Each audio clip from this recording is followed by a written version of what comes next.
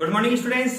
आज हमारे पास class 11th lesson number 3 सरल रेखा में गति का पार्ट नंबर 1 आपके सामने वीडियो के रूप में दिया जा रहा है। स्टूडेंट्स, इस वीडियो में हम गति मतलब कि एक कण सरल रेखा में किस तरह से गति करता है और उससे संबंधित जो महत्वपूर्ण भौतिक राशियां होती है उसके बारे में हम आज यहां अध्ययन करेंगे। तो स्टूडेंट्स, इस वीडियो में हमारा आज का सबसे फर्स्ट टॉपिक के रूप में है निर्देश तंत्र। सबसे फर्स्ट पॉइंट आपका है निर्देश तंत्र। देखिए, निर्देश तंत्र के बारे में हमें कहें तो यह एक ऐसी व्यवस्था होती है जिसमें किसी कण की स्थिति को व्यक्त किया जाता है। मतलब आपके द्वारा निर्देश तंत्र की परिभाषा बनाई जा सकती है कि निर्देश तंत्र एक ऐसा निकाय या एक ऐसी व्यवस्था या तीन अक्षों का एक ऐसा समूह होता है जिसमें कण की स्थिति को प्रदर्शित किया जा सकता है। ठीक है, मैं इसको परिभाषित करता हूं। निर्देश तंत्र के रूप में अपने पास है कि यह तीन अक्षों का एक ऐसा समूह है जहां तीनों अक्षें एक दूसरे को मूल बिंदु O पर मिलती हैं तथा तीनों अक्षें परस्पर लंबवत होती है।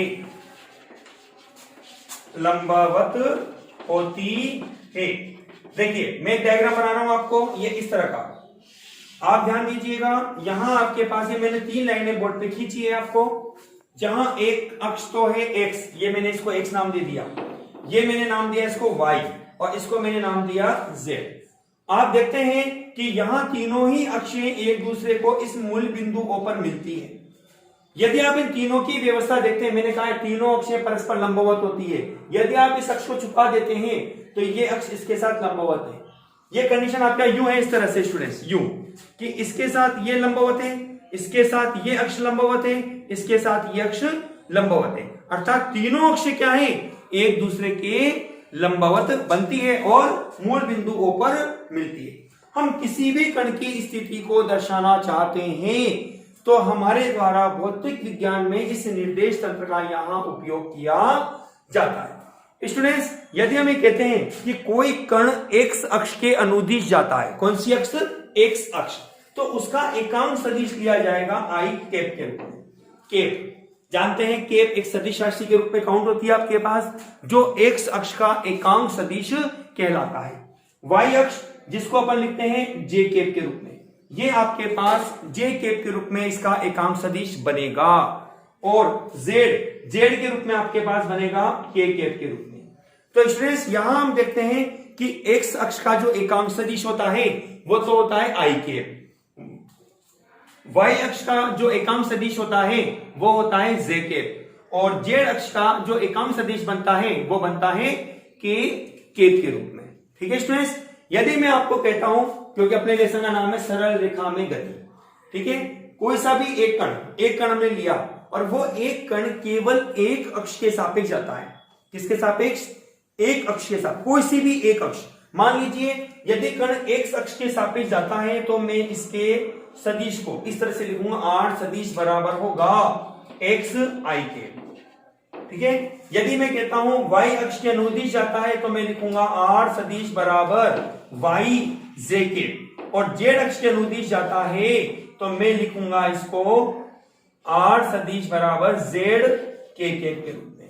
तो स्टूडेंट्स, इस तरह से हम किसी भी कण की स्थिति को व्यक्त करने के लिए हम यहां एकांक सदिश का उपयोग करते हैं, जिसमें हम निर्देश तंत्र में कण की स्थिति को दर्शाकर उस कण की स्थिति का निर्धारण सदिश रूप में हम कर सकते हैं, जिसको हमने r सदिश के रूप में x i के, r सदिश के रूप में y के रूप में लिखा तो y j के, और जेड के रूप में लिखा तो आर सदिश बराबर होगा जेड के कैप के। ठीक है स्टूडेंट्स, इस तरह से हमने इन चीजों को यहां पर नोट किया है। हमारे पास सरल रेखा में गति से संबंधित अन्य जो टॉपिक बनता है उसके रूप में अपने पास बनेगा कि किसी कण की दूरी, विस्थापन, वेग, त्वरण क्या होगा, उसको अब हम ज्ञात करना चाहेंगे। किसको? दूरी, विस्थापन। हालांकि हमने इसको पहले भी हमारे वीडियो में हमने डिस्कस किया है दूरी और विस्थापन के बारे में। मैं इसको इरेज कर रहा हूं, मिटा रहा हूं, मिटार कर मैं दूरी और विस्थापन के बारे में बता रहा हूं। हमारा टॉपिक होगा पहले दूरी। हम दूरी के बारे में पढ़ेंगे। दूरी, जिसको हम सिंपल वर्ड में कहते हैं डिस्टेंस।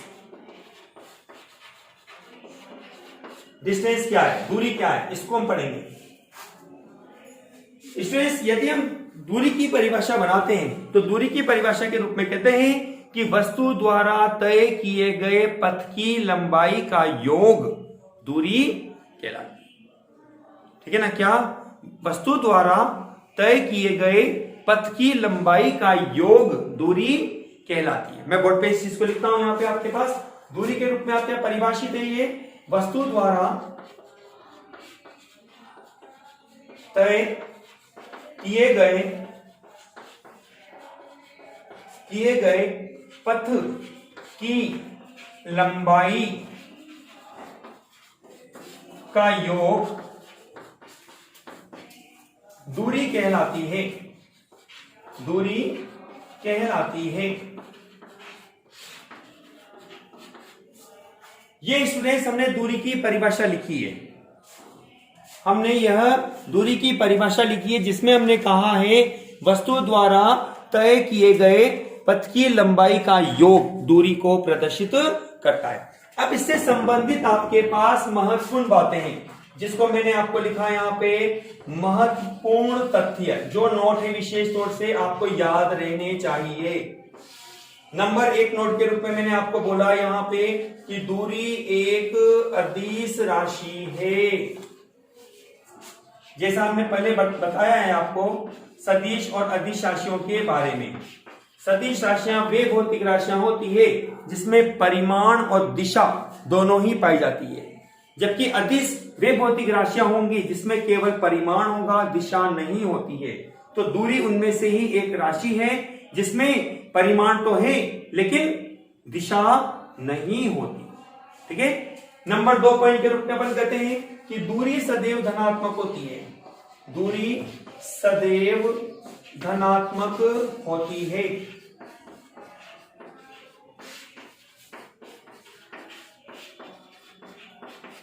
ठीक है स्टूडेंट्स, हमने कहा दूरी सदैव धनात्मक होती है। नंबर 3 पॉइंट के रूप में हमने कहा इसका मात्रक,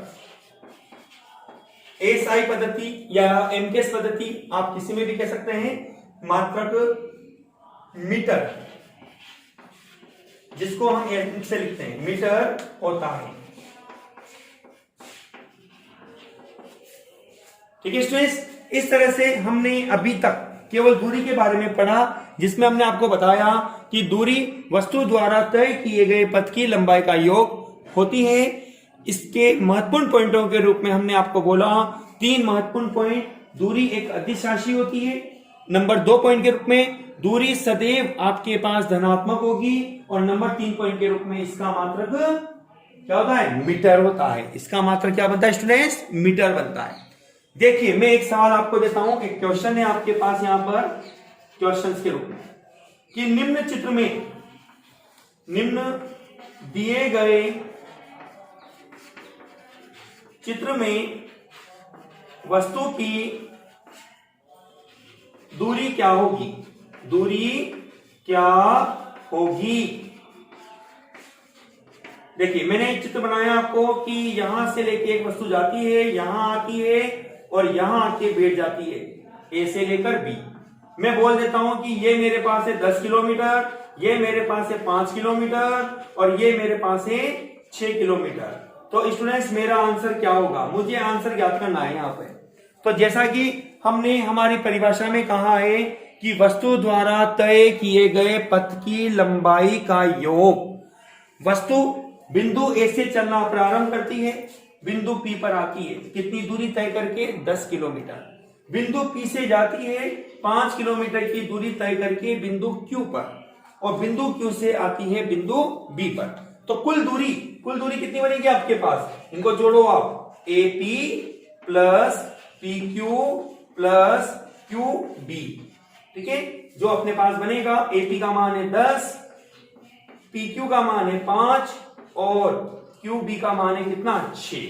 कितना बनेगा 10 प्लस 5 15, 15 प्लस 6 कितना हुआ 21। आपके पास यह 21 किलोमीटर ये आपका आंसर बनता है, जो कि हमारे द्वारा दिए गए सवाल का आंसर है। इस तरह से स्टूडेंट्स केवल हमने आज हमारी वीडियो में एक तो निर्देश तंत्र के बारे में पढ़ा, जो एक महत्वपूर्ण भौतिक ज्ञान का भाग होता है, और हमने आपको यहाँ दूरी के बारे में बताया। स्टूडेंट्स कल की हमारी इस वीडियो में हम विस्थापन और दूरी से संबंधित महत्वपूर्ण सवाल करेंगे। कल का हमारा टॉपिक होगा दूरी और विस्थापन। दोबारा से दूरी के बारे में बताएंगे और साथ के साथ विस्थापन के बारे में भी बताएंगे, और उन दोनों पॉइंटों से संबंधित जो महत्वपूर्ण सवाल हमारे पास बनते हैं, उन महत्वपूर्ण सवालों के लिए हम बोर्ड पे उन क्वेश्चंस को हम देखेंगे भी सही। ठीक है स्टूडेंट्स, वीडियो को पूरा देखिए और अपनी फेयर कॉपी में इस वीडियो को नोट भी कीजिए। Thank you.